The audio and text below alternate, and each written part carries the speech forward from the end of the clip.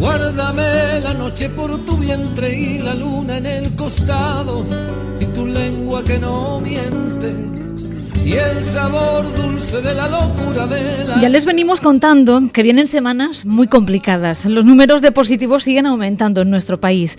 En los hospitales de la capital, los profesionales sanitarios se sienten ya desbordados. En Motril, aunque la situación, ya les contábamos ayer con el subdirector médico del Hospital Santa Ana, nada tiene que ver con la que están viviendo nuestros convecinos, no es menos cierto que si no reaccionamos a tiempo podemos en pocos días estar hablando de un colapso sanitario. Los datos hablan a día de hoy de casi una veintena de hospitalizados, 3 permanecen en UCI. Son datos de ayer, no sabemos si a estas cifras ha aumentado o si por el contrario se mantiene. Gabriel Heras, jefe de UCI del Hospital Comarcal, bienvenido, buenas tardes.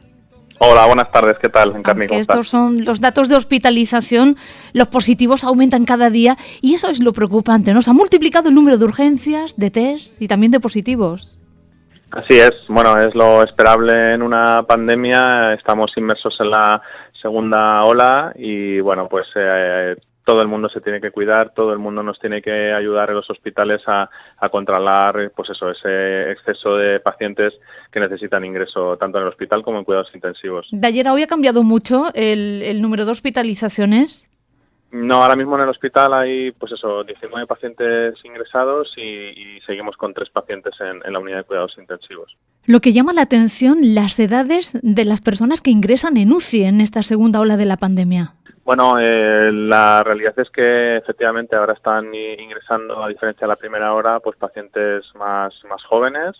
Y bueno, pues ese es el motivo fundamental por el que desde los hospitales siempre animamos a la población a que se cuide, porque es que si cada uno hace su parte es como controlaremos esta pandemia tan desgraciada que nos ha tocado vivir, y para eso es fundamental pues eso, las medidas de higiene, lavado de manos, el uso de mascarillas, que cada uno se quede en su casa el mayor tiempo posible que pueda y que mantenga la distancia física. ¿Qué edades, Gabriel, tienen los ingresados en UCI? Pues tenemos un rango de pacientes que está entre los 35 y los 75. O sea, que para que veas que bueno, son 3 pacientes y cada uno con unas características peculiares, pero vamos, el paciente más joven tiene 35 años. A tenor de lo que dictan las cifras, estamos en unas semanas vitales para el control de esta pandemia. Así es, o sea, de hecho las medidas que se van imponiendo desde el Ministerio de Sanidad pues cada vez son más restrictivas.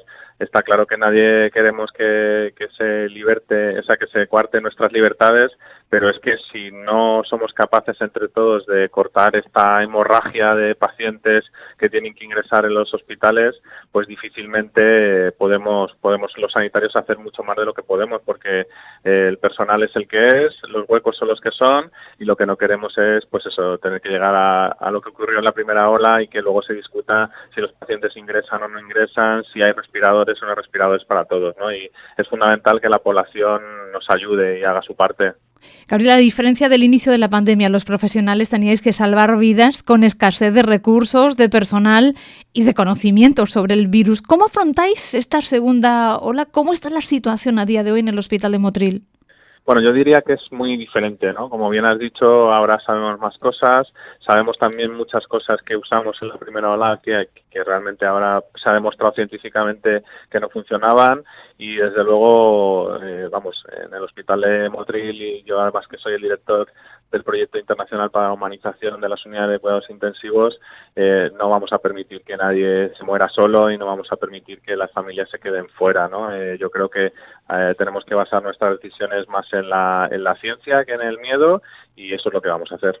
Cuando habláis de humanización de las UCIs, ¿en qué ponéis el acento? Bueno, pues es un proyecto de investigación colaborativo, multicéntrico e internacional, que lo que trata es de poner a las personas en el centro del sistema, y las personas, y recuperar la dignidad de las personas significa atender a las necesidades de los pacientes, por supuesto, de las familias, pero también de los profesionales. Yo creo que la pandemia ha puesto claramente de manifiesto que a los profesionales nadie nos cuida, y que es fundamental que nosotros estemos bien, porque si no es imposible que estemos bien para los pacientes y para las familias, ¿no? De hecho, cuando habláis de la dignidad de los profesionales, no dejáis a un lado la de los pacientes y sus familias. Bueno, yo creo que en definitiva es volver al foco que nunca debimos perder, ¿no? Que es que al final estamos atendiendo personas, somos personas que ayudamos a otras en una situación de extrema vulnerabilidad y lo que tenemos que hacer es cuidarnos unos a otros, ¿no? Y esto también, la pandemia es un claro ejemplo de que la población nos tiene que ayudar a los sanitarios, porque como pueden entender también, hemos acumulado 7 meses de cansancio, de nuestros propios miedos a contagiar a nuestras familias atendiendo, y por eso bueno, pues le pedimos a la población que sea cómplice con nosotros para intentar salir de esta pandemia, porque por mucho que nosotros estemos atendiendo a la gente y demos los recursos, si luego cada uno en su casa, en su propia familia, hace lo que le da la gana y se saltan las normas, pues difícilmente podremos salir de esta, ¿no? Esto es un trabajo de equipo, como si fuéramos un equipo de fútbol, y todo el mundo tiene que hacer su parte. ¿Y qué hemos hecho mal? Porque parece que no hemos aprendido nada. Yo creo que sería más fácil igual pensar. Esto daría para escribir otro libro, Gabriel. Sí, totalmente. Yo creo que hay muchas cosas que se han hecho mal. Yo creo el desconfinamiento precoz en junio, todo el país circulando de un lado a otro. Y luego yo creo que es que hay una cosa muy importante, que España es el país de los balones fuera, ¿no? Siempre echamos la culpa a otros, pero yo creo que tenemos que ir un poquito más allá y ver cada uno de nosotros qué podemos hacer para revertir esa situación, ¿no? Y ahora mismo, pues las normas del juego están muy claras, ¿no? No le pedimos a la población que vaya a la guerra, como les pasó a nuestros abuelos, ¿no? Lo que les pedimos es cosas muy sencillas, que no salga de casa, que se ponga la mascarilla, que se lave las manos y que respete la distancia. Y gracias a eso, esas son las medidas que han demostrado controlar la pandemia, porque ahora mismo el coronavirus no tiene tratamiento y esto la gente lo tiene que saber. Uno de los miedos de este virus es morir en soledad. Bueno, lo peor, ¿no?, de esta pandemia, sin ninguna duda, y la verdad es que llevamos 6 años trabajando del proyecto de la humanización en un montón de iniciativas e incluso un manual de 160 buenas prácticas en humanización, y por desgracia el coronavirus en estos 6 meses pues prácticamente lo ha tirado todo por tierra. Pero por otro lado, yo creo que ha sido el mayor dinamizador de la humanización, ¿no? Porque yo creo que ahora mismo toda la población ha visto lo importante es que la familia colabore en los cuidados, que no puede quedarse fuera, que nadie puede morir en soledad. Yo creo que eso ha sido claramente lo peor de la pandemia, y desde la propia Sociedad Española de Medicina Intensiva, de Enfermería Intensiva y de la Federación Panamericana, pues se han hecho unas nuevas recomendaciones basadas ya en un trato pues más cercano y más humano, porque yo creo que ni el propio coronavirus nos puede robar la humanidad. Gabriel, y de hecho, ¿no?, os dejáis la piel para que sea así, para que las familias de esos pacientes que mueren en soledad no piensen que están solos, ¿no?, sino que les acompañéis hasta el último momento. Bueno, y de hecho, si nosotros, teniendo los equipos de protección individual, no nos contagiamos, yo creo que esto aplica perfectamente para la familia, ¿no? Y desde luego les puedo decir que en el Hospital Santa Ana de Motril siempre habrá un equipo de protección individual, incluso para que las familias se puedan despedir si llega el desafortunado momento del fallecimiento, ¿no? Y eso no se lo vamos a negar, porque no hay derecho, no tenemos derecho a hacerlo, ni muchísimo menos. Nuestro invitado, Gabriel Heras, escribió un libro que vaya por la 4ª edición, se llama En primera línea, y es un testimonio desde la UCI de la crisis del coronavirus. Es, digamos, la escalofriante lucha de un médico en la peor crisis pandémica de los últimos años. De la editorial Península contactaron conmigo para que hiciera una crónica de la pandemia desde la unidad de cuidados intensivos, desde el interior, para que la gente supiera exactamente lo que estábamos viviendo los profesionales sanitarios. Yo estoy recién aterrizado en el hospital de Motril, pero en aquella oleada yo trabajaba en Madrid, en un hospital de Madrid, y concretamente en el primer hospital de España que diagnosticó un caso de coronavirus. Y entonces, bueno, pues teníamos la información muy de primera mano, y de hecho, pues yo también fui paciente, yo también me infecté, fui uno de esos más de 50.000 profesionales sanitarios que nos infectamos, pues probablemente debido a una gestión inadecuada, ¿no?, de la primera pandemia, que esperamos que no se vuelva a repetir en la segunda. Para mí el libro fue prácticamente una terapia, ¿no?, porque las cosas que vivimos en la primera ola en los hospitales, con ese terror de los pacientes, las familias, la gente muriéndose en soledad, bueno, pues yo creo que hay muchos profesionales sanitarios que han quedado muy tocados anímicamente, con enfermedades psiquiátricas, con ansiedad, depresión, estrés postraumático, y la verdad es que se podría resumir como que fuimos a la guerra y no teníamos escudos, ¿no? Entonces, bueno, yo creo que la población tiene que estar contenta en el sentido de que los profesionales vamos a seguir ahí en primera línea dándolo todo por ellos, pero también necesitamos que ellos nos ayuden. En este libro pones en evidencia las carencias de un sistema que necesita cambios profundos para adaptarse a las realidades del siglo XXI. ¿A qué carencias te refieres? Bueno, estamos trabajando en hospitales que están construidos en el siglo XX y que no están centrados en las personas, ni en la dignidad, ni en la privacidad, por ejemplo.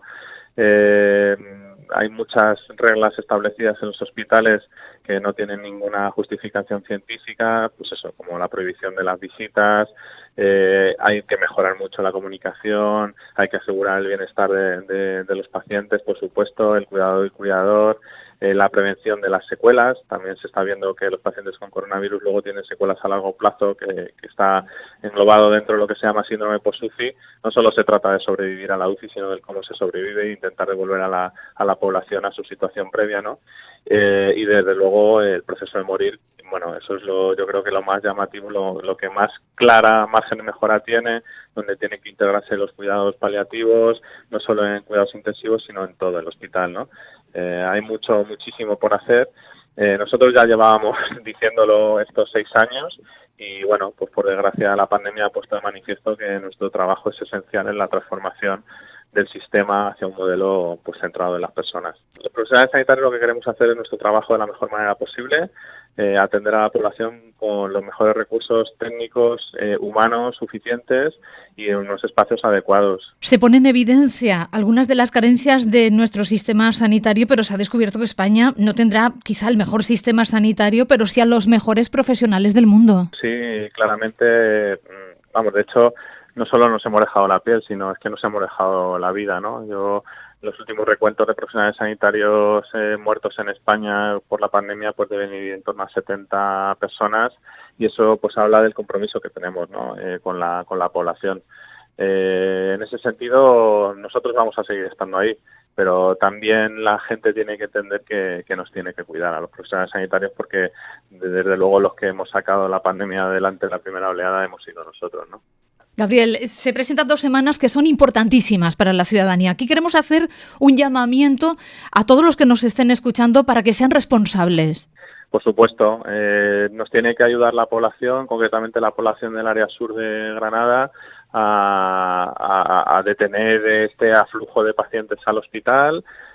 Más o menos hay una regla que es la regla del 20%, ¿no? De cada 100 personas, solo 20 tendrán síntomas, de esos 20 que tienen síntomas, pues un 20% necesitarán ingreso hospitalario y de ese 20% que ingresan, un 20% ingresará en la UCI y un 20% morirá. Y esto, la única manera de tener esa cuenta maligna, por así decirlo, es que la gente pues no se ponga mala. Y para no ponerse malo es sencillo, es cumplir las 4 medidas que ya hemos comentado, ¿no?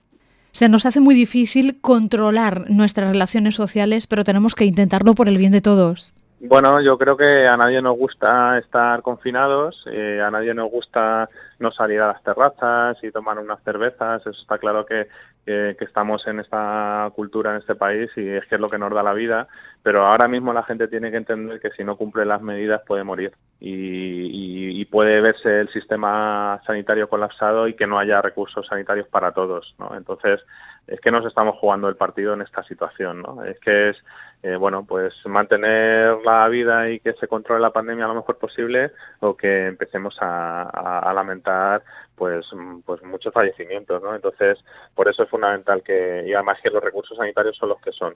Así que la gente lo que tiene que hacer es cuidarse mucho. ¿De momento se cuenta con medios personales y materiales suficientes en Motril? Sí, de hecho ya hemos diseñado un plan de contingencia para probablemente hasta duplicar las camas incluso de cuidados intensivos en el caso de que sea necesario, ¿no? Y tenemos una comunicación constante también con los hospitales de Granada, en nuestro caso con el Hospital Clínico San Cecilio, pues para, si es preciso, evacuar a algún paciente que haga falta. Lo que pasa es que, bueno, ya saben también ustedes la situación que hay ahora mismo en Granada y quizás tenga que ser al revés, que tengan que evacuar pacientes desde San Cecilio aquí a Motril. y por supuesto lo recibiremos encantados, que es nuestro trabajo. Saben que desde la Junta de Andalucía, desde la Consejería, pues están haciendo ahora contrataciones temporales de 6 meses para el COVID, para cubrir por lo menos hasta el mes de abril pues este exceso de trabajo, y efectivamente pues habrá que ir reforzando los servicios que más lo necesiten y irnos adaptando pues prácticamente día a día a lo que demanda la situación. Estamos hablando que la UCI de Motril cuenta con 8 camas, de momento ampliable a 18, y no solo ingresan personas con COVID. Bueno, eso para nosotros es fundamental, que la gente, vamos, y todo el mundo entiende que aparte del COVID la vida sigue, ¿no? Y siguen los pacientes con infartos, siguen los pacientes con ictus o con enfermedades oncológicas que se tienen que operar, y desde luego no vamos a parar la actividad quirúrgica, la actividad programada, salvo que sea estrictamente necesario y la situación llegue al colapso, ¿no? Pero no, hay otra serie de víctimas del coronavirus, que son todas aquellas personas que no se han podido atender adecuadamente, precisamente porque todo se para con el coronavirus, y desde luego desde el Hospital Santa Ana entendemos que esto no puede ser. Gabriel Heras-Lacalle, nuevo jefe del servicio de la Unidad de Gestión Clínica de Medicina Intensiva. Gracias por estar con nosotros. Espero que se sienta bien en Motril, en esta segunda tierra. Bueno, yo estoy absolutamente encantado del recibimiento, tanto de todo el hospital como del calor de la población. Se nota mucho el sur, aunque yo ya soy granadino con suerte, pero vamos, estoy encantado de haber aterrizado aquí, y desde luego que intentaremos poner el hospital de Motril donde le corresponde. Guárdame, de Javier Ruibal. ¿Por qué has elegido ese tema, Gabriel? Bueno, pues porque es un cantante gaditano que a mí me encanta, y desde luego yo creo que es buen momento, ¿no?, que la gente se guarde, que es lo que tiene que hacer, porque este virus lo paramos entre todos si todos hacemos nuestra parte. Con Javier Ruibal despedimos a Gabriel Heras-Lacalle. Gracias por atender la llamada de la SER. Muy buenas tardes. Sí, que todo vaya bien y no tengamos que hablar de colapso sanitario en la costa. Un abrazo a vuestra disposición y a cuidarse mucho. Y toda la mar detrás, y el poniente en la cintura, si pude quererte más, guárdame también la duda. Guárdame el rincón de los aromas y el diván de los ensueños y los baños de azar y los juegos de...